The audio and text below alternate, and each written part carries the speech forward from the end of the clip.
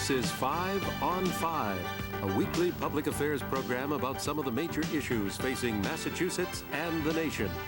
Here for Channel 5 News and Public Affairs, Peter Mehegan.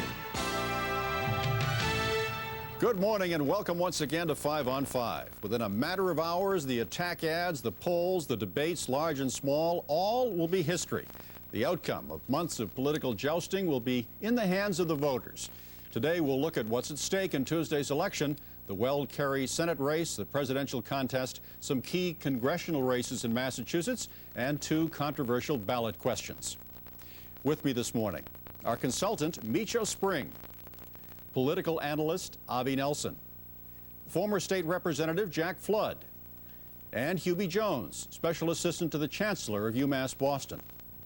The contest between Governor Weld and Senator Kerry moved toward the end this week with the last of 8 debates between the candidates, and even afterward, nearly 1 of every 10 voters was still undecided. This is a man who has vetoed the minimum wage, vetoed student loans, vetoed health care, vetoed unemployment compensation for workers, and in the same breath he wants to pretend he's going to help workers. It doesn't work that way. Shown that he is willing to raise people's tax bills.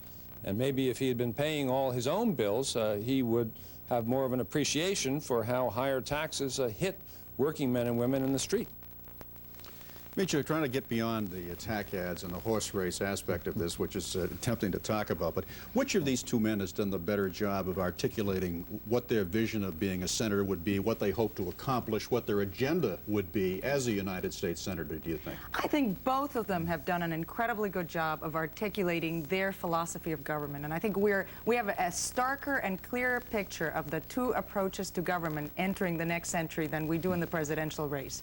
And I think that Kerry really believes in investing and in government intervention in the right way to invest and grow. And Weld has a very punitive view of government, and I would argue simplistic. I mean, his philosophy of government is that if you just muscle taxes off people's backs, invest in tax cuts in the wealthy as well as others, and lock up the criminals, we will be all happy. And I think the issues are more complex, and that both of them, I watched the debate on this week, and I thought both of them have gotten progressively articulate about very, very contrasting views of government. The problem here is I would agree that both are articulate and there is a clear choice. The problem with what you say is that Kerry, during the time he's been in Washington, has been there when government programs continue to grow and the tax burden, the expenditure burden of government has grown dramatically. And yet Kerry, when asked about this, in effect says, you can't cut this and you can't cut that. He sees no way out. The difficulty with that argument is that Weld has a point when he says, when I came into the state government, you people were telling me the same thing. We had lived through the Dukakis era, exactly the same thing. Weld has been able to cut taxes. Okay, Weld is a senator.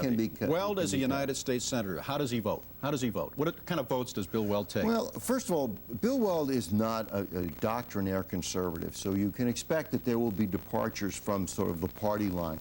But I think what you can count on is that Bill Weld will be very careful with the money. There will be programs that will be trimmed. There's certainly the rate of increase will be slowed, and that is the most important consideration for Weld, and I think for the taxpayer. Look, both of these men are very smart. They're very skillful politically. They're very articulate. I think that has to be said, and I think that all came across during the debates that they had. They had 8 of them. That came across. I think Micho is absolutely correct. It all boils down to this. When you scratch everything else away, it's around taxation. Bill Weld is basically about trying to drive down taxes, almost at any cost. That's right. I think Kerry is about wanting taxation in order to get certain kinds of social and economic investments. And he's also more willing to think about the equity issue in terms of who is taxed. Isn't he a new Democrat, though? Isn't he going to be slapped? I don't know. Yeah. He's not a new Democrat? I think he's a new Democrat in the sense that he's some distance from Ted Kennedy, and he's not as liberal as Ted Kennedy. Where? And he's more in the Clinton New Democrat camp. I think in that sense he's a new Democrat. I think then what you're defining is the new Democrat will tell you anything you want to hear, depending on the moment. And I think that's the new Democrat. Bill Weld, I mean, his views are punitive, yeah? They are. It's terrible. He wants us to keep as much of our money as we can. That is really punitive, to let the people keep their money. John Kerry, on the other hand, said, well, Bill Well wants tax cuts and tax credits. He wants people to get a government check. There is no such thing as a government check. It's our money that we gave to the government, so that when we get a check from the government, it's our money. And that's the difference in the views. There is a real, exists. difference in the Democratic Party. The Democratic Party over the last 4 years has reduced the deficit more than anybody else. And yes, John Kerry has been in the Senate during that time. And I just want to argue that there has been a shift in the Democratic Party from the view of entitlements to the view of investment. And Kerry's targeted tax credit that he wants to invest